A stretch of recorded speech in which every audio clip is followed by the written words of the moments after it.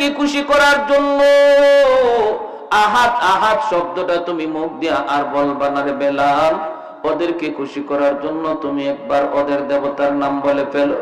বেলাল হাবশী তখন বলতেছেন, ভাই আবু বকর, আমি চাইলো আমার মুখ দিয়া আমার আল্লাহর নাম ছাড়া অন্য কিছু বের হয় না, চাই যদি তাও বের হয় না রে আবু বকর, চাইলো আমার আল্লাহর নাম ছাড়া আর কিছু বের হয় না। এতদিন পর্যন্ত আমি আমার মালিককে চিনি নাই, আমার নবীর পরিচয়টাও আমি পাই নাই, এখন পেয়ে গেছি। না না, আমার মুখ থেকে বের হয় না। যেই মানুষটার জবানের মধ্যে আল্লাহ আল্লাহ জিকির জপ্ত হয়ে যায়, যেখানেই যায় ঘুমন্ত অবস্থায় তার জিহ্বাটা আল্লাহ আল্লাহ জিকির করে, জিকিরের মধ্যে যেই মানুষটা সর্বদা আমলে লিপ্ত হয়, ঘুমায় গেল তার জিহ্বা আল্লাহ আল্লাহ জিকির করে। এজন্যই তো মুহাম্মদুল্লাহ হাফিজ রাহিমাহুল্লাহ বাথরুমের ভিতরে ঢুকছেন, বাথরুমের ভিতরে বাথরুম হাজত শেষ কইরা আল্লাহর ওলি যখন বাথরুম থেকে বের হয়েছেন, খাদেম তাকায় দেখে আল্লাহর ওলির মুখ দিয়ে রক্ত ঝরে। খাদেম জিজ্ঞেস করতেছে, আল্লাহর ওলি, আপনার জবান দিয়ে কেন রক্ত বের হইতেছি? মুহাম্মদুল্লাহ হাফিজ তখন হাত লাগায় দেখেন ঠিকই রক্ত বের হয়। ডাক দিয়ে বলেন, বাবারে রক্ত কেমনে আসতেছি? খাদেম কয়, হুজুর আমিও তো বলতেছি, আপনি কি বাথরুমের ভিতরে পড়ে গেলেন নাকি? এমনি মুহাম্মদুল্লাহ হাফিজ কয়, না রে বাবা, আমি পড়ে যাই নাই, বাথরুমের ভিতরে যাওয়ার পরেও দেখি আমার জিহ্বা আল্লাহ আল্লাহ জিকির করে। আমি আমার জিহ্বারে বারবার বলতেছিলাম, জিহ্বারে এখানে আল্লাহ আল্লাহ জিকির করার জায়গা না, এটা নাপাক জায়গা, এটা বাথরুম, এখানে আল্লাহ আল্লাহ জিকির করা যায় না। জিহ্বারে আমি বুঝাইতে চেষ্টা করি, আমার জিহ্বা বুঝ মানে না, এরপরও জিহ্বা লাফায় লাফায় আল্লাহ আল্লাহ জিকির করে। এজন্য আমি দাঁত দিয়া জিহ্বারে কামড় দিয়া ধরছি, দাঁত দিয়া জিহ্বারে কামড় দিয়া ধরছি, জিহ্বা কেটে গেছে, রক্ত বের হয়েছে। কুতবুল আলম শাইখুল ইসলাম হুসাইন আহমদ মাদানী রাহমাতুল্লাহি আলাইহি ইন্তেকাল হয়ে গেল, ডাক্তার আনা হলো।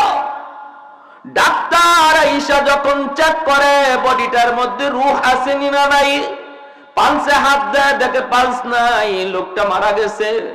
কিন্তু যখনই মেশিন লাগায় ডাক্তার বুকে চেক আপ করে, বুকে যখন চেক আপ করে তখনই ডাক্তার লাফ দিয়ে উঠে। ডাক্তার চোখগুলো বড় বড় করে কয়, তোমরা বলতেছো লোকটা মারা গেছে, আমিও দেখতেছি উনি মারা গেছেন, কিন্তু আমার মেশিন বলে ইনি এখনো জীবিত। কেমনে কেমনে করে আমার মেশিনের মধ্যে তার কলব থেকে আল্লাহ আল্লাহ জিকির বের হইতেছে। এজন্যই বেলাল হাবশী বলে, ভাই আবু বকর, আমি চেষ্টা করলেও পারি না, পারি না, পারি না, আমার আল্লাহর নাম আমি মুখ থেকে ছাড়তে পারি না। আবু বকর সিদ্দিক চলে গেলেন মায়ের নবীর কাছে, যায় তিনি বলতেছেন, ইয়া রাসূলুল্লাহ, ওগো নবীজি, বেলালকে বেঈমানরা মেরে ফেলবে, উমাইয়া মেরে ফেলবে, হিংস্র যুবকগুলি বেলালকে মেরে ফেলবে।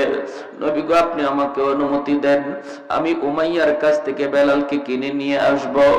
আল্লাহর নবী তখন বলেন, আবু বকর, বেলালকে তুমি যেই পয়সা দিয়ে কিনবা, এই পয়সার মধ্যে আমি নবীরও কিছু পয়সা নিয়ে যাও, যেন কিয়ামতের ময়দানে আমি আমার আল্লাহর সামনে বলতে পারি, মাবুদ, তোমার বেলালকে কিনার মধ্যে শুধু আবু বকরের টাকা ছিল না, আমি নবীরও কিছু পয়সা ছিল।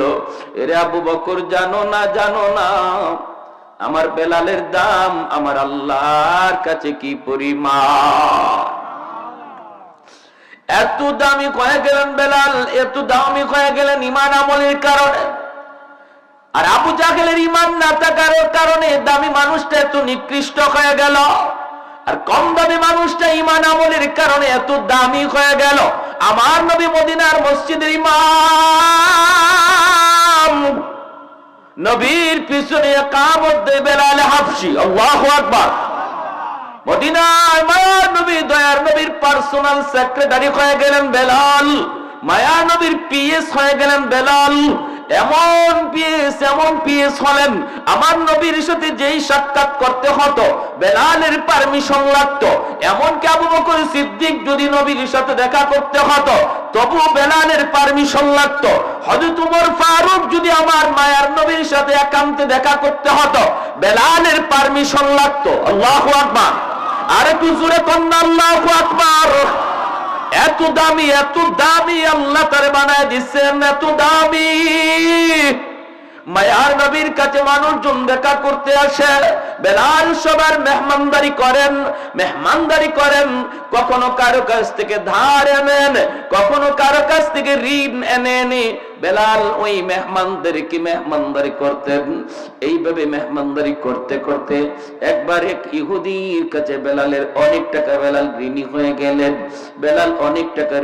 গেলেন। একদিন বেলাল মসজিদে নববীতে আজান দিবেন, সাথে সাথে ইহুদি কয়, বেলাল আজান পরে দাও, আগে আমার ঋণ তুমি পরিশোধ করো। বেলাল বলেন, রে ভাই একটু সুযোগ দাও। কই কোনো সুযোগ নাই, আজ রাতেই সুযোগ আছে, তাড়াতাড়ি করে তুমি আমার ঋণ পরিশোধ করো। বেলাল বলেন, আজ রাতে তো পারবো না, আমাকে 3টা দিন সময় দাও। বেলাল 3 দিন সময় তার কাছ থেকে চায় নিলেন, কিন্তু 3 দিনের ভিতরে তিনি ঋণ শোধ করবেন কেমন করে? আল্লাহর নবীর কাছে বেলাল যায় কান্দে, নবী গো, ইহুদি আমার কাছে অনেক ঋণ পায়, এই ঋণটা আমি আনছি আপনার মেহমানদের মেহমানদারি করানোর জন্য। এখন তো সে আমাকে আজান দিতে দেয় না, আজানের আগে আমার রাস্তা আটকায় দেয়। আল্লাহর নবী রহমতের নবী বলেন, বেলাল কেমন করে তোমাকে সাহায্য করব? আমি নবীর কাছেও তো এমন নাই তোমাকে সাহায্য করার মতো। বেলাল তখন বলেন, নবী গো, তাহলে অনুমতি দেন, আমি মদিনার বাহিরে কোথাও চলে যাব, যাইয়া আমি কাজ করব, দিন মজুরির কাজ করব, যা পাই তাই কাজ করব, কাজকর্ম কইরা আমি তার ঋণটা পরিশোধ করার চেষ্টা করব। আল্লাহর নবী, মায়ার নবী, দয়ার নবী, তিনি অনুমতি দিয়ে দিলেন। বেলাল রাতের বেলা তিনি কাপড় চোপড় গোছাইতেছেন, ফজরের পরেই বেলাল চলে যাবেন অন্য কোথাও, মদিনার বাহিরে তিনি কাজকর্ম করতে যাবেন। এইদিকে আমার মায়ার নবীর চোখেও ঘুম নাই। আমার মায়ার বেলাল, আজ রাত পরই আমার কাছ থেকে চলে যাবি। বেলালের চোখে ঘুম নাই, আমার নবীকে কাল থেকে আমি আর দেখতে পাবো না। সারা রাত বেলালের চোখের পানি ঝরে, আর তিনি কান্দে। ওই অবস্থায় আমার ভাইরা বন্ধুরা, আল্লাহর নবীর কাছে ফজরের আগে 40টা উট বুঝাই করা মাল আল্লাহর পক্ষ থেকে চলে এসেছে। আল্লাহর নবী রহমতের নবী এক সাহাবীকে বলেন, সাহাবী দ্রুত যাও, যায়া বেলালকে খবর দাও, বেলালের ঋণ পরিশোধ করতেছেন আল্লাহ নিজে। আর একটু জোরে কন্যা সুবহানাল্লাহ। ফজরের আগে সাহাবী যায় বেলালের ঘরে আওয়াজ দিলেন, বেলাল তোমার ঋণ পরিশোধ করার জিম্মাদারি আল্লাহ নিজে নিয়ে নিছে। মায়ার নবী তোমার মসজিদে নববীতে ডাকে রে বেলাল। বেলাল মসজিদে নববীতে দৌড়ে আইসে দেখেন 40টা উট বুঝাই করা মাল। মায়ার নবী, দয়ার নবী বলেন, বেলাল মদিনা থেকে তোমার চলে যাওয়াটা আমার আল্লাহ পছন্দ করে নাই, আমি নবীও মেনে নিতে পারি নাই। তোমার দিলের হালত আর আমি নবীর দিলের হালত আমার আল্লাহ দেখছেন। আল্লাহ পাক রব্বুল আলামিন তোমার ঋণের জিম্মাদারি নিয়ে নিছে। যাও, যতগুলি টাকা ওই ইহুদি পাইব, আরো যারা পাইব, ঋণগুলা পরিশোধ করো, বাকি মাল গরিবদের ভিতরে বন্টন করে দাও। এ ভাই, এজন্য বলতেছিলাম, দেখেন আল্লাহ পাক রব্বুল আলামিনের কাছে কত দামি হয়ে গেলেন কালো বেলাল। বংশের কোন মর্যাদা ইজার ছিল না, আর বংশীয় মানুষ ছিল আবু জাহেল, মাটির সাথে মিশে গেল, ঠিক কিনা? আবু জাহেল হিরো থেকে জিরো হয়ে গেল, বেলাল জিরো থেকে হিরো হয়ে গেল ঈমান আমলের কারণে। সাহাবায়ে কেরাম বলে, নবী গো, বেলালের আজানে একটু সমস্যা। কি সমস্যা? কই আশহাদু বলতে পারে না, জিহ্বার মধ্যে সমস্যা। কখন জিহ্বার সমস্যা তৈরি হয়েছে? উমাইয়া হযরত বেলাল রাদিয়াল্লাহু তাআলা আনহুর জিহ্বাটারে টান দিয়ে বের কইরা এই জিহ্বার মধ্যে পেরেক ঢুকায় দিছিল, জিহ্বার মধ্যে পেরেক ঢুকায় দিছিল। যেই জিহ্বায় আল্লাহ আল্লাহ জিকির কয় এই জিহ্বা আমি রাখবো না কয়ে পেরেক ঢুকায় দিছিল। এজন্য হযরত বেলালের মুখে একটু সমস্যা হইতো, আশহাদু বলতে পারতেন না, বলতেন আসহাদু, শিন উচ্চারণ করতে পারতেন না, শিনটা ভালো করে উচ্চারণ হতো না। সাহাবায়ে কেরাম কয় ইয়া রাসূলুল্লাহ, ওগো নবীজি ভালো করে একজন মুয়াজ্জিন নিযুক্ত করে ফেলেন। নবী সাহাবায়ে কেরামের পরামর্শ নিয়া অন্য একজন সাহাবীকে মুয়াজ্জিন নিযুক্ত করে দিলেন। এশার নামাজের পরে নবী বলেন, বেলাল ফজর থেকে আর আযান দেওয়া লাগবে না। এই কথা শুনতেই যেন বেলাল হাবশির মাথায় আসমান ভেঙে পড়ল। এশার নামাজ পড়ে সবাই যার যার ঘরে চলে যায়, কিন্তু মসজিদে নববী থেকে গেলেন না শুধু একজন, তিনি আর কেউ নন, তিনি হলেন বেলাল হাবশি। মসজিদে নববীর কোনায় খাম্বার কিনারায় বইসা বইসা চোখের পানি ঝরে আল্লাহর কাছে কান্দে আর কয়, মালিক ও মালিক, তোমার হাবিব আমার মুয়াজ্জিনের চাকরি থেকে বাতিল করে দিছি। ও মালিক, আমি তোমার হাইকোর্টে আমি আবেদন করলাম, আপিল করলাম হাইকোর্টে, নিম্ন আদালতে আমার চাকরি বাতিল, উচ্চ আদালতে আমি আপিল করলাম। মাওলা, এই শিন উচ্চারণ করতে পারি না কেন? আল্লাহ, তোমার নাম নেওয়ার কারণে আমার জিহ্বায় পেরেক মারছি, এজন্য আমি শিন উচ্চারণ নিতে পারি না। এটা তো আমার কোনো দোষ না। আল্লাহ, হয় তুমি আমার জিহ্বা ভালো করে দাও, নতুবা আযান বদলায়া দাও। আল্লাহু আকবার। হয় মালিক আমার জিহ্বা তুমি ভালো করে দাও, নতুবা আমি যেভাবে বলি এইভাবে আযান বানায় দাও। আল্লাহু আকবার, আল্লাহু আকবার। কত বড় আবদার আল্লাহর দরবারে। আল্লাহ পাক রব্বুল আলামিন তার হাবিবকে জানিয়ে দিয়েছেন, বন্ধু আযানও বদলিবে না, আমার বেলালের জিহ্বা যেভাবে আছে এইভাবেই থাকবে, জিহ্বাও ভালো হবে না। আমি আল্লাহর নাম নেওয়ার কারণে জিহ্বায় যে ক্ষত, এই ক্ষত আমি আল্লাহ বেলালের হাসরের মাঠে দেখতে চাই। হাসরের মাঠে বেলাল আমাকে ওই জিহ্বা দেখাবে, যেমন অবস্থায় আছে অবস্থায় থাকবে, আযান বদলিবে না। ভাইরা বন্ধুরা, ফজরে আযান দিলেন অন্য একজন মুয়াজ্জিন। আযান তো হয়ে গেল, নামাজের টাইম হয়ে গেল। আমার নবী, মায়ের নবী, তিনি বের হয়েছেন হুজরা থেকে নামাজ পড়াবেন মসজিদে নববীতে। সাহাবায়ে কেরাম সবাই অপেক্ষায়, মায়ের নবী হুজরা থেকে বের হয়েছেন নামাজ পড়াবেন, কিন্তু সূর্য তো উঠে না, রাত তো পোহায় না। ফজরের নামাজটা পড়তে হয়, একটু রাত যখন শেষ হয়ে যায়, সুবহ সাদিকের পরে ফজর যখন শুরু হয়, একটু আকাশটা ফর্সা হওয়া শুরু করে, তখন সুন্নাত ফজরের নামাজ পড়া সুন্নাত। আমার নবী ওই সময়টার অপেক্ষা করেন, একটু আকাশটা ফর্সা হবে।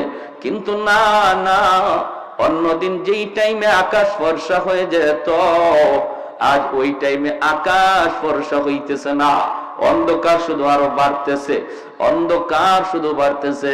সাহাবায়ে কেরামের ভিতরে অস্থিরতা, আল্লাহর নবীর ভিতরে অস্থিরতা। কই সকাল তো হয় না, আকাশ তো ফর্সা হয় না। আল্লাহর কাছে নবী জানতে চাইলেন, মালিক ও মালিক, কিয়ামত কি তুমি ঘটায় দিবা নাকি? আল্লাহ, কিয়ামত কি হয়ে যাবে নাকি বুঝতেছি না গো আল্লাহ, নাকি আমরা কোন আযাবের সম্মুখীন? আল্লাহ বলে, বন্ধু কি হয়েছে? কই মালিক, কেন এখনো সকাল হয় না, ফর্সা হয় না? ফজরের নামাজ তো পড়বো, কিন্তু এত অন্ধকারে কেমন করে নামাজ পড়ি? আল্লাহ, ফজরে আযান বুঝি হয়, এখনো বুঝি ফজরের টাইম হয় নাই, ফর্সা হয় নাই। জিবরাইল আমিন দ্রুত নেমে এসে মায়ার নবীকে জানায় দিলেন, নবী গো, কেমন করে সকাল হবে গো নবী? মদিনার মসজিদে ফজরের আযান তো এখনো হয় নাই। আল্লাহ নবী বলে, ভাই জিবরাইল, অন্য দিনের চেয়ে আযান তো আরো সুন্দর আযান হয়েছে, শুদ্ধ করে আযান হয়েছে, শুদ্ধ করে আযান। জিবরাইল আমিন কই, নবী গো, জানি না, তবে অন্য দিনের আযান আমরা আসমানের ফেরেশতারাও শুনতে পাইতাম, শুধু আমরা না, আরশের মালিক আরশে বৈশা শুনতেন। কিন্তু আজ ফজরে আযান আমরা আকাশের ফেরেশতারা শুনি নাই, আল্লাহ নিজেও শুনে নাই, এজন্যই রাত শেষ হইতেছে না। ওগো নবীজি, বেলাল আযান না দেওয়া পর্যন্ত রাত কিন্তু পোহাবে না।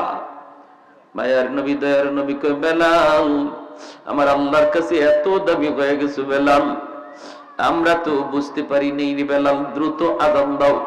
বেলাল আযান দিলেন, রাত পোহালো, দিনের আভাস দেখা গেল। জোরে কোন সুবহানাল্লাহ। রমজান শরীফ, মায়ার নবী সেহরি খাইতেছেন। রমজানে সেহরি খাওয়া কি সুন্নাত, ঠিক না? সেহরি খাওয়া সুন্নাত। একটা খেজুর হইলেও একটু সেহরি খাবেন, সুন্নাত আদায় হবে। তবে যদি কেউ সেহরি না খায়, রোজা হবে না তা না। সেহরি যদি কেউ ঘুমের তালে খাইতে না পারে, রোজা হবে। উনি যদি রোজা রাখতে চায়, রোজা রাখতে হবে। রোজা রাখতে চায় না, রোজা রাখতে হবে। সেহরি না খাইলেও রোজা রাখতে হবে। তবে সেহরি খাওয়াটা সুন্নাত, বহুত বড় সুন্নাত। এই সেহরির টাইমটা উম্মতে মুহাম্মদের জন্য আল্লাহ পাক স্পেশাল একটা সুযোগ দিবেন, যেটা আগের উম্মতের ছিল না, এমনকি ইসলামের শুরুতে ছিল না। মায়ার নবীর কাছে যখন রমজানের বিধান নাজিল হয়েছে, তখন রোজার সিস্টেম ছিল অন্যরকম।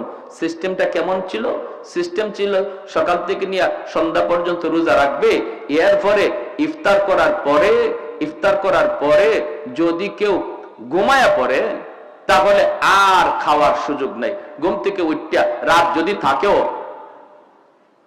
যদি থাকেও রাতে আর খাওয়ার সুযোগ নাই। ঘুমায় গেলেই তার ঘুম থেকে রোজা শুরু। এখন রাত 12টার সময় সে ঘুমাক, রাত 12টা থেকে তার রোজা শুরু হয়ে গেছে। একদম পরের দিন সেই ইফতার পর্যন্ত, মাগরিব পর্যন্ত রোজা রাখতে হবে। এটা ছিল ইসলামের প্রথম জমানার রোজার বিধান। এতে করে নবীর একজন সাহাবী হযরত কায়েস রাদিয়াল্লাহু তাআলা আনহু, পবিত্র কোরআনের সূরাতুল বাকারার মধ্যে আল্লাহ পাক এই আয়াত নাযিল করেছেন নবীর সাহাবীর ব্যাপারে। হযরত কায়েস রাদিয়াল্লাহু তাআলা আনহু, ইনি একজন দিনমজুর ছিলেন, একজন কৃষক ছিলেন। সারা দিন জমিতে, সে মরুভূমিতে কামকাজ করেন, রোজা রাখা কামকাজ করছেন। ইফতারের সময় আসছেন, আয়েশা তিনি বিবিরে বলতেছেন, বিবি গো, সারাদিন কাম করছি, খুব ক্লান্ত, কিছু আছে ইফতারি কিছু আছে? ইনি বলে, আমি আপনার কাছে আনতেছি, ইফতারি রেডি নাই, রেডি করে আনতেছি, আপনি একটু ধৈর্য ধরেন, একটু ধৈর্য ধরেন। কইতেই সারাদিনের ক্লান্ত মানুষ তো, একটু খালি হেলান দিছেন, আর হেলান দিতেই ঘুম চলে আসছে। বলুন তো দেখি, ঘুমাইলে পরে আর খাওয়ার সুযোগ আছে? কথাটা বুঝছেন? উনি ঘুমায় গেছেন, ক্লান্ত মানুষ তো। দেখবেন রিক্সাওয়ালা মানুষ রমজান মাসে রিক্সা চালায় চালায় হঠাৎ করে একটা গাছের নিচে যখন ক্লান্ত হইয়া মাথাটাকে হাত ধরে বালিশ বানায় যখন খালি শোয়, নাক ডাকায় ঘুমাইতে শুরু করে, ঠিক না? ঘুমায় যায়। তো উনি ঘুমায় গেছে। বিবি সাহেব আসছে, আইসেই যখন দেখে বিবি স্বামী ঘুমায় গেছে, ইন্না লিল্লাহি ওয়া ইন্না ইলাইহি রাজিউন, তখন উনি ঘুম থেকে লাফ দিয়ে উঠছে। দুজন হাত পা ছাইরা একদম অসহায় হয়ে দাঁড়ায় রয়েছে। বিবি সাহেব কাঁদতেছে, স্বামী গো, এখন তুমি কেমনে রোজা রাখবা? রোজা তো রাখবাই, তুই রোজা রাখতে গেলে এখন অবস্থাটা কি হবে? সারাদিন গেছে, তুমি কিছু খাও নাই, এখন ইফতার করবা, একটু দেরি হইতে তুমি ঘুমায় গেলা, ঘুমাইছো তো, এখন আর তোমার খাওয়ার সুযোগ নেই, এখন কেমনে কি করবা? ইনি না খাইয়া এই রাত থেকেই রোজা রাখা শুরু হয়েছে। সারাদিন ক্ষুধার্ত, তৃষ্ণার্ত, আবার সারা রাত গেল না খাওয়ায়। পরের দিনও রোজা শুরু হয়ে গেছে। পরের দিন রোজা শুরু হয়েছে, যখন দুপুর হয়ে গেছে, তখনই উনি ওনার মাঠেই যেখানে কাজ করতে বেহুশ হয়ে পড়ে গেছেন। বিবি সাহেব আল্লাহর নবীর কাছে গিয়া বলছে, ইয়া রাসূলুল্লাহ, আমার স্বামীর এই অবস্থা। আল্লাহর নবী, রহমতের নবী, আল্লাহর কাছে আবদার করলেন, মালিক, আমার উম্মতের জন্য বিধানটা কঠিন হয়ে গেছে, আল্লাহ একটু আসান করো। সাথে সাথে আল্লাহ পাক জিবরাইল আমিন মারফতে কোরআনের আয়াত নাজিল করে ওই সাহাবীর দিকে লক্ষ্য করে আল্লাহ জানাই দিলেন, বন্ধু, আজ থেকে তোমার উম্মতের বিধান আমি আসান করে দিলাম। ঘুমাইলে আর রোজা শুরু হয়ে যাবে এমন না, সারা রাত সেহরি পর্যন্ত সে খাইতে পারবে। এখন ঘুমাক আর উঠুক, খাওয়ার টাইম সারা রাত। তাহলে নবীজির সাহাবীরাও উম্মতের জন্য রহমত, ঠিক না? একজন সাহাবীর কারণে আমরা রোজার বিধানটা আসান পাইছি, আর নাইলে কিন্তু আমাদেরও এইরকমই হইতো। ঘুমাইলে আর খাওয়া যাইতো না, খালি একটু ঘুমাইবেন, শেষ, আর খাওয়ার সুযোগ নেই। রোজা শুরু হয়ে যেত। এই সাহাবীরই ঘটনার পরে রোজার বিধানটা আল্লাহ আমাদের জন্য সহজ করে বলেন, সকাল থেকে নিয়ে মাগরিব পর্যন্ত, ইফতার পর্যন্ত তোমরা রোজা রাখবা, খাইবা না, পানি পান করবা না। আর ইফতারের পর থেকে নিয়ে সেহরি পর্যন্ত সারা রাত তোমরা যখন মন চায় যা খাও, তোমাদের জন্য সেই সুযোগ করে দেওয়া হয়েছে। আল্লাহ নবী সেহরি খাইতে বসছেন, বেলাল হাবশী আজান দিবেন, ফজরে আজান। মুয়াজ্জিন সাহেবরা আজান দেওয়ার আগে ইমাম সাহেবের একটু খবর নেয়। তো বেলাল হাবশী রাদিয়াল্লাহু তাআলা আনহু তিনিও ফজরে আজান দিয়ে দিবেন, সেহরির টাইম শেষ হয়ে গেল। তিনি তো চিন্তা করতেছেন আমার নবী এখনো কি তিনি খানা খান নাকি খানা থেকে সেরে ফেলছেন, একটু যায় দেখে আসি। বেলাল চলে আসলেন আল্লাহর নবীর কামরায়, আইসা দেখেন মায়ার নবী এখনো খানা খাইতেছেন, আর নবীর সাথে আরেকজন অপরিচিত মানুষ খানা খাইতেছে। আল্লাহর নবীকে খানা খাওয়া দেখেই বেলাল ডাক দিয়ে বলতেছে, নবী গো, সেহরির টাইম শেষ হয়ে গেছে গো নবী, আর খানা খাইয়েন না। আল্লাহর নবী দেখে বলতেছেন, বেলাল কি কইছ? বলে, নবী গো, সেহরির টাইম শেষ। ঠিক আছে। বেলাল চলে গেছেন। বেলাল মনে মনে ভাবছেন তাহলে তো নবী এখন খানা শেষ করে ফেলবেন। বেলাল চলে গেছেন। চলে যাওয়ার পর একটু পরে আজান দিবেন, আসছেন, কই দেখি কে নবী এখনো খানা খায়া শেষ করছেন নি। আয়া দেখেন নবী এখনো তিনি খানা খাইতেছেন। বেলাল ডাক দিয়া বলে, ইয়া রাসূলুল্লাহ, সেহরির টাইম শেষ, খানা খায়াম না। নবী কয় ঠিক আছে। বেলাল আবার চলে গেলেন। যাই একটু পরে আজান দেওয়ার আগে ভাবতেছেন যে দেখি দেখি এখনো নবী খানা খাওয়া শেষ করছেন নি। আয়েশা দেখেন মায়ার নবী এখনো খানা খাইতেছেন। এইবার হযরত বেলাল বলি, ইয়া রাসূলুল্লাহ, খোদার কসম, ওগো নবী সেহরির টাইম শেষ। যেই মাত্র বেলাল কই খোদার কসম সেহরির টাইম শেষ, তখনই মায়ার নবী কয় কি, তাড়াতাড়ি গোসল, সেহরির টাইম শেষ। বেলাল কসম খেয়ে ফেলছে, সেহরির টাইম শেষ। নবী যা ছিল সাথে সাথে হাত থেকে ফালাইয়া দিচ্ছেন। দুজন অপরিচিত একজন মানুষ নবীর সাথে খানা খাইতে বসছেন। সেই অপরিচিত মানুষ আর কেউ নন, তিনি হলেন জিব্রাইল আমিন, ফেরেশতাদের সরদার জিব্রাইল আমিন। মায়ার নবীর সাথে সেহরি খাইতেছেন। ওই অবস্থায় দুজনে খানা বন্ধ করে দিলেন। এরপরে নবী ফজরের নামাজ পড়ালেন। নামাজ পড়ে নবী মিম্বরে বসলেন। বৈশেই নবী ডাক দিলেন, বেলাল কাছে আসো। কাছে আইনা বলেন, বেলাল, প্রথমবার যখন তুমি বলছো নবী গো সেহরির টাইম শেষ, কিন্তু জিব্রাইল আমারে বলতেছেন নবী গো সেহরির টাইম আরো আছে, খান। সুবহানাল্লাহ কইতেন না আপনারা? তুমি বলছো সেহরির টাইম শেষ, জিব্রাইল আমারে কয় না আছে টাইম, খান। দ্বিতীয়বার যখন তুমি বলছো সেহরির টাইম শেষ, তখনও জিব্রাইল বলেন না গো নবী আরো আছে, খান। তৃতীয়বার তুমি যখন বলছো সেহরির টাইম শেষ, তখনও টাইম ছিল, কিন্তু যখনই তুমি কসম করে ফেলছো, কসম খোদার সেহরির টাইম শেষ, তখন আল্লাহ পাক রব্বুল আলামিনকে, জিব্রাইল, যদিও সেহরির টাইম শেষ ছিল, কিন্তু আমার বেলাল কসম খেয়ে ফেলছি। আমার বেলালের দাম আমি আল্লাহর কাছে কি পরিমাণ জানো না? আমার বেলালের কসমের ইজ্জত রক্ষায় আমি আল্লাহ টাইম থাকলেও অফ করে দিলাম। আরেকটু জোরে কন্যা সুবহানাল্লাহ। ছিল টাইম, আরো ছিল, খাওয়ার সুযোগ ছিল, কিন্তু বেলালের কসমের ইজ্জত রক্ষায় আল্লাহ টাইমটারে অফ করে দিয়েছেন। জোরে কোন সুবহানাল্লাহ।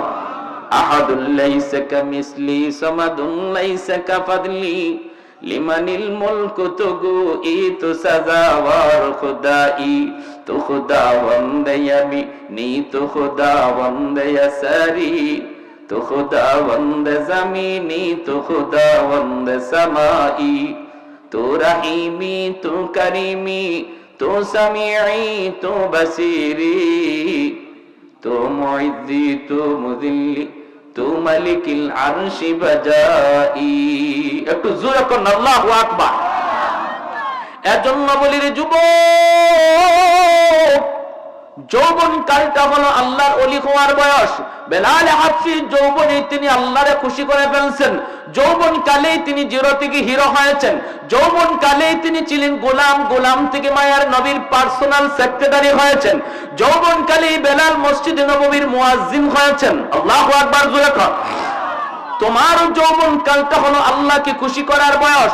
কারণ যৌবনে যখন যুবক আল্লাহর গোলামি করে, যৌবনকালে যুবককে যখন মসজিদে পাওয়া যায়, একজন যুবককে যৌবনে যখন রোজা রাখতে দেখা যায়, যৌবনকালে যখন বাপ মার সেবা করতে পাওয়া যায়, যৌবনকালে যখন মুরব্বীদের শ্রদ্ধা করতে দেখা যায়, যৌবনকালে যখন আল্লাহর ভয় অন্তরে পাওয়া যায়, গান বাজনার আয়োজন করে না, করে তো করে ওয়াজ মাহফিলের আয়োজন করে, ওই যুবক যৌবনেই ওলির খাতায় নাম উঠায় নেয়।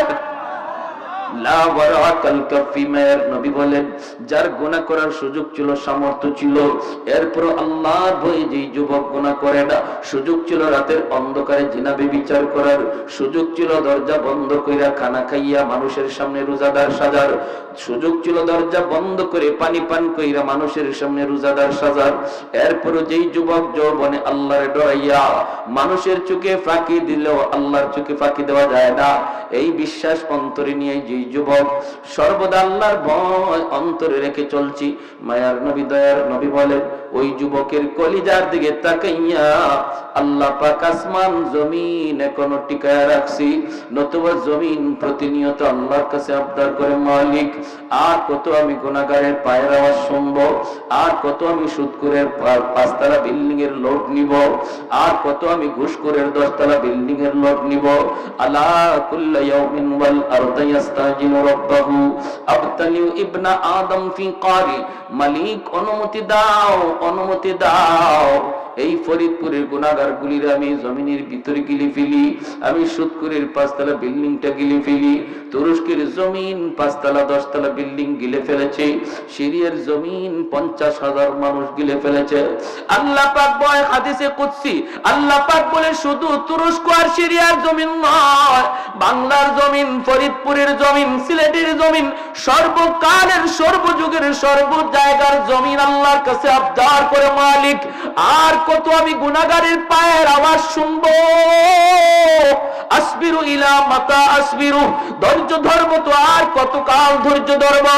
আল্লাহ বলেন, ওয়াল বাহরা ইস্তাজিলু রাব্বাহু, সাগর মহাসাগর গুলো এমন প্রতিনিয়ত আবদার করে, ও মালিক আমি কক্সবাজার সমুদ্র সৈকত, ওই কক্সবাজার সমুদ্র সৈকতের পারে আইসা নাফরমান কত গুনাহ করে, আমি সমুদ্র আর কত দেখবো, আর কত আমি গুনাহগারের গুনাহ দেখবো গো মালিক, আমার পারে আইসা তোমার কত গোলাম আমার দিকে তাকায় সুবহানাল্লাহর জিকির করে, তোমার কুদরত নিয়ে ভাবে, কিন্তু কত নাফরমান সাগরের পারে আইসা গুনার আয়োজন করে।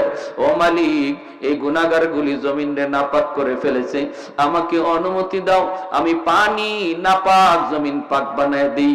আল্লাহ পাক রব্বুল আলামিন বলে, চুপ কর, এ জমিন থাম থাম, আমি আল্লাহ দেখতেছি এই জমিনে কেমন অন্যায় হয়, আমি আল্লাহ দেখতেছি এই জমিনে কেমন অন্যায় হয়, কেমন অপরাধ হয়, কেমন গুনাহ হয়, কেমন জুলুম হয়, এরপরও আমি কেন ধরি না জানোনি? কারণ এই মানুষকে আমি আল্লাহ বড় আদর করে বানাইছি, এই মানুষকে আমি আল্লাহ বড় আদর করে বানাইছি। আসমান আল্লাহ বানাইছেন কুন ফায়াকুন বইলা, জমিন আল্লাহ বানাইছেন কুন ফায়াকুন বইলা, ফেরেশতা আল্লাহ বানাইছেন কুন ফায়াকুন বইলা, কিন্তু আমারে আপনারে আল্লাহ পাক কোন ফায়াকুন বইলা বানায় নাই। আমারে আপনারে যখন আল্লাহ বানাইছে, আল্লাহ বলে খালাকতু বিয়াদাইয়া, আমি আল্লাহ আমার নিজের হাত দিয়া বান্দা বান্দিরে বানাইছি। কারণ এই চেহারার মধ্যে এত দামি কপাল, এই কপাল দিয়া বান্দা আমার কুদরতি কদমে সেজদা দিবে, এই কপালটার এত দাম, এই কপাল ফেরেশতাদের হাতে বানাইলে হয় না, এই কপাল কুন ফাকুন বলল হয় না, আমি আল্লাহ নিজের হাতে বানাইছি। এই জমিনের মধ্যে এখনো এমন 4টা শ্রেণী আছে, লাউলা মাশাইখু রুকা ওয়াশ-শাবাবু খুশা ওয়াল আতফালু রুদ্দা ওয়াল আনআমু রুদ্দা। আল্লাহ বলে এখনো জমিনের ভিতরে এমন আমার কিছু বান্দা বান্দি আছে, চুল দাড়ি তার সাদা হয়ে গেছে, কোমরে তার ব্যথা, হাঁটুতে তার ব্যথা, আমি আল্লাহর কদমে সেজদা দিতে তার কষ্ট হয়, এরপরও কষ্ট করে করে আমি আল্লাহকে সেজদা দেয়। তার সেজদার দিকে তাকাইলে জমিনের প্রতি আমি আল্লাহর মায়া লেগে যায়। ওয়াশাবাবু কুশা, আল্লাহ বলে 2 নম্বর কোন জমিনে এমন কিছু যুবক যৌবনের পাগলামি করে না, গুনার আয়োজন করে না, না না, যৌবনে তার মাথায় টুপি পাওয়া যায়, যৌবনে তার মুখে দাড়ি দেখা যায়, যৌবনে তার মসজিদে পাওয়া যায়, যৌবনে তার রমজানে রোজা রাখতে দেখা যায়, যৌবনে মুরব্বিদের শ্রদ্ধা করতে পাওয়া যায়, যৌবনে আলেমদেরকে তাজিম করতে দেখা যায়। ওই যুবকের কলিজার দিকে যখন আমি আল্লাহ তাকাই, তখন এই গুনাহগার জমিনের প্রতি আমি আল্লাহর মায়া লেগে যায়। এজন্য বলি যুবক, যৌবন কালটারে অনেক মূল্যায়ন করো। যত আল্লাহর ওলি হইছেন এই জমিনে সবাই ওলি হইছেন যৌবন কালে, যৌবন কালেই সবাই অলির খাতায় নাম লেখাইছেন। অতএব নিয়ত করো রমজানের রোজা একটাও ছাড়বো না, তারাবির নামাজ আমি ছাড়বো না, রমজানে আমার আল্লাহ নারাজ হয় এমন কোন কাম করবো না। যখনই তুমি এমন নিয়ত করবা, এমন নিয়ত করবা, সাথে সাথে আল্লাহ পাক রব্বুল আলামিন তোমার উপর খুশি হয়ে যাবে। আর মুরব্বিদের সাথে বেয়াদবি করবা না, কারণ সাদা দাড়ি সাদা চুল মুরব্বি আল্লাহর কাছে বড় দামি, বড় দামি। মুরব্বি বাবাজি যখন আল্লাহর কাছে হাত উঠায়, আল্লাহ বলে তখন আমার লজ্জা লাগে, লজ্জা।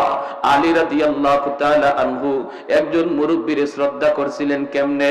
মসজিদে নববীতে নামাজের জন্য রওনা দিবেন, চিকন একটা গলি, এই গলির মধ্যে একজন মুরব্বি লাঠিতে বর দিয়া কোমরটা বাঁকা হয়ে গেছে মুরব্বির, আস্তে আস্তে গলি পার হইতেছি। হযরত আলী মনে মনে ভাবেন, আমি যদি আমার মায়ার নবীকে নামাজের প্রথম রাকাতেই পাইতে হয়, তাহলে আমার একটু দ্রুত যাওয়া লাগবে, আর দ্রুত গেলে মুরব্বিকে একটু ধাক্কা দিতে হয়, চাচা আমার একটু সাইড দেন, একটু সাইড দেন, এইভাবে চাপ দেওয়া যাইতে হয়। হযরত আলী কয়, না, মুরব্বি হওয়ার কারণে আমার আল্লাহর কাছে বড় দামি, আল্লাহ যারে সম্মান দেয় আমিও তারে সম্মান দিব, লাগলে আমার 1 রাকাত নামাজ ছুটে যাবে। মায়ার নবী মসজিদে নববীতে নামাজে দাঁড়ায় গেছেন, আল্লাহ নবী রুকুতে চলে গেছেন, আলী তো ওই মুরব্বির পিছনে পিছনে আস্তে আস্তে আসতেছেন। এই দিকে আমার মায়ার নবী রুকুতে গেলেন, রুকুতে যাওয়া মাত্রই রুকু থেকে মাথা উঠানোর আগে আল্লাহ জিব্রাইলে আমিনকে পাঠিয়ে দিলেন। জিব্রাইল আমিন এসে বলতেছে, ইয়া রাসূলুল্লাহ, ইয়া হাবিবাল্লাহ, ও নবী মাথা উঠেন না গো নবী, মাথা উঠেন না, রুকু থেকে মাথা উঠাবেন না, কারণ আপনার আলী এখনো রাস্তায় নামাজে শরীক হতে পারে নাই। আল্লাহ নবী অবাক হয়ে গেলেন, রুকুতে ঘটনা কি? আলী নামাজে শরীক হইতো পারছে না বিদায় নবীর রুকু আল্লাহ লম্বা করতে কয়। এইবার মায়ার নবী, দয়ার নবী, তিনি তো রুকু লম্বা করতেছেন, আর জিব্রাইল আমিন কয়, নবী গো, আমি যখন আপনাকে বলবো তখন মাথা উঠাবেন। নবী তো লম্বা রুকু শুরু করে দিলেন, সাহাবায়ে কেরাম পিছনে পিছনে তারা লম্বা রুকু করতেছেন, লম্বা রুকু করতেছেন, এইভাবেই রুকু চলছে লম্বা রুকু। হঠাৎ করে জিব্রাইল আমিন ডাক দিয়া কয়, মায়ার নবী গো, এইবার মাথা উঠান, আপনার আলী নামাজে শরীক হয়ে গেছে। একটু জোরে কোন সুবহানাল্লাহ। हैदार तेरा नाम से इस्लाम रखेगा, हैदार तेरा नाम से इस्लाम रखेगा, दुनिया की शजात में तेरा नाम रहेगा, दुनिया की शजाअत में तेरा नाम रहेगा, उस्मान तेरा नाम से इस्लाम रहेगा, दुनिया की सखावत में तेरा नाम रहेगा। আল্লাহ নবী রহমতের নবী নামাজ শেষ কইরা মিম্বরে বসে ডাক দিলেন, আলী এদিকে আসো। নবীজির মনের মধ্যে আলীর প্রতি একটু জিদ জন্মিছে। আলী কেন আজকে নামাজে আসতে দেরি করলো, আর আমার এবার রুকুতে এত লম্বা সময় কেন দিতে হলো? নবী ডাক দিয়া বলতেছেন, আলী রে, আজকে নামাজে আসতে কেন তুমি দেরি করলা? হযরত আলী কয়, কই গো নবী, বেশি দেরি তো হয় নাই, আমি তো আপনাকে রুকুতে পাইছি। রুকুতে পাইছো? কেমনে পাইছো, হুশ আছে? বলি, ইয়া রাসূলুল্লাহ, আমি তো আপনার রুকুতে পাইছি। নবী কয়, আলী, তোমার রুকু পাওয়ানোর জন্য আল্লাহ আমারে রুকুতে হ্যাং করে রাখছে। তোমার রুকু পাওয়ানোর জন্য আল্লাহ আমারে রুকুতে আটকায় রাখছে। জিবরাইল আমিন আয়েশা আমার কানে কানে কয়, নবী গো, মাথা তুলবেন না, আলীরে রুকু পাইতে দেন। হযরত আলী রাদিয়াল্লাহু তাআলা আনহু অবাক হয়ে গেলেন, ইয়া রাসূলুল্লাহ, এত বড় ঘটনা ঘটছে, আমি নবী গো, আমি তো জানি না। আল্লাহ নবী বলে, জানতে হবে না, আগে বলো রাস্তায় কি হয়েছে একটু কও। এইবার হযরত আলী কই, নবী গো, আমি তো নির্ধারিত সময় বের হয়েছি জামাত ধরার জন্য, কিন্তু চিকন গলিটার ভিতরে একজন মুরব্বী, এই মুরব্বী মানুষের সম্মান করতে যায় আমার একটু দেরি হয়ে গেছে। আল্লাহর নবীর চোখ থেকে দর দর করে পানি পড়ে। নবী কান্দে আর কয়, আলী রে, দেখ, সাদা দাড়ি সাদা চুল, দুর্বল মুরব্বী মানুষকে সম্মান করলে আল্লাহ কত সম্মান তোমার বাড়ায়া দিছে। যেই দুনিয়াতে মুরব্বীকে সম্মান করবে, আল্লাহ তারেও মুরব্বী বয়সে সম্মানী বানায় দিবে।